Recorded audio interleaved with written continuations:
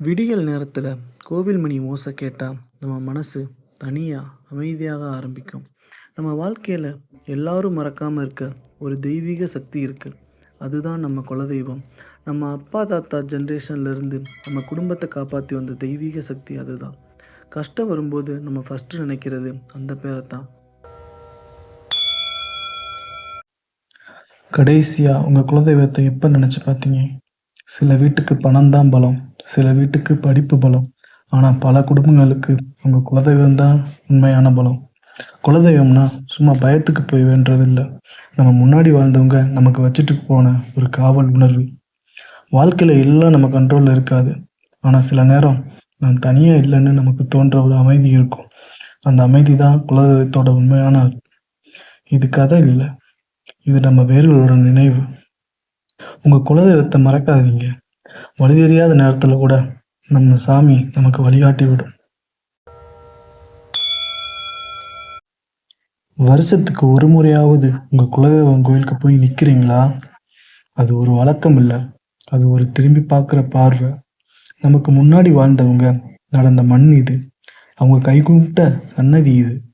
அதனால தான் அங்கே நிற்கும்போது மனசு கொஞ்சம் அமைதியாகும். முடிஞ்சா வருஷத்துக்கு ஒரு முறையாவது போய் உங்க குலதெய்வத்தை பார்த்துட்டு வாங்க. கடவுளை பார்க்க மட்டும் இல்லை, நம்ம பூர்வீகத்தையும் மறக்காம இருக்கு. நாம் வாழ்க்கையில் பல தெய்வங்களை நாடி செல்லலாம், ஆனால் நம்மை விட முன்னதாகவே நம்மை காத்து நின்றது குலதெய்வம். நாம் பிறக்கும் முன்னே நம் குடும்பத்தின் மூச்சு ஓசையை கேட்ட நம்பிக்கை அது. அதனால்தான் முன்னோர்கள் ஒரு அழகான வழியை விட்டு சென்றார்கள். மற்ற தெய்வங்களை நோக்கி கைகளை உயர்த்துவதற்கு முன் குலதெய்வத்தை நினைத்து பாருங்கள் என்று. அது அனுமதி கேட்பது அல்ல, நாம் வந்த வேர்களை முதலில் தொட்டு வணங்கும் பணிவு. ஏனெனில் வேர்களை மறக்காத மரம்தான் புயல் வந்தாலும் நிலைத்து நிற்கும்.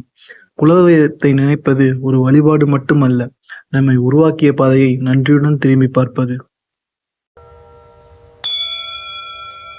குலதெய்வம் கோவிலுக்கு போகும்போது நாம மட்டும் போய் கும்பிடக்கூடாது.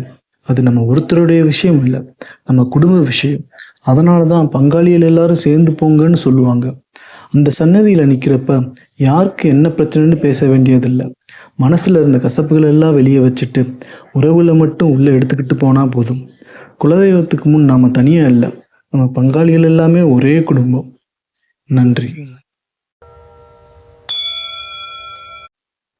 சாமி வர்றது எல்லாம் பொய்ன்னு சில பேர் சொல்லுவாங்க. ஆனால் அதை அனுபவிச்சவங்களுக்கு தான் அது தெரியும், அது பொய் இல்லைன்னு. அந்த தருணத்தில் உடம்புல ஒரு மாற்றம் நடக்குது. அது ஒரு சொல்ல முடியாத சக்தி. அதை வெளியிலேருந்து பார்க்குறவங்களுக்கு புரியாமல் இருக்கலாம், ஆனால் நம்பிக்கையோடு உணர்றவங்களுக்கு அது ஒரு உண்மை அனுபவம். எல்லா விஷயத்தையும் சொல்லி புரிய வைக்க முடியாது. நம்பிக்கை இருந்தால் மட்டும்தான் அந்த சக்தியை நம்முள் உணர முடியும்.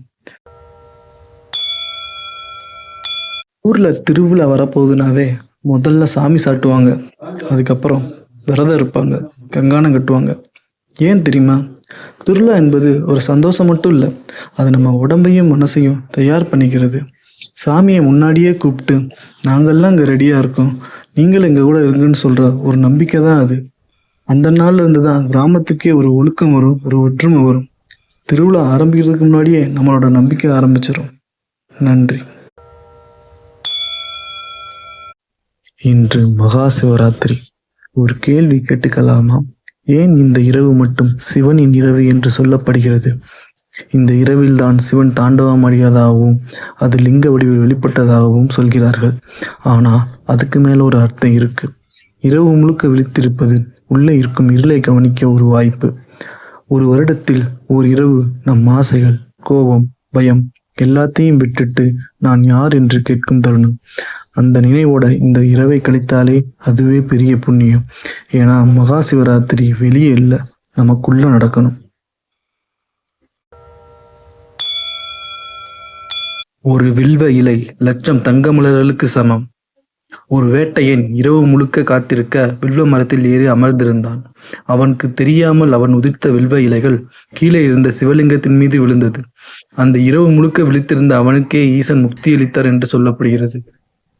சிவராத்திரி அன்று வில்வ அர்ச்சனை செய்வது எல்லா தோஷங்களையும் நீக்கும் என்று சொல்கிறார்கள்.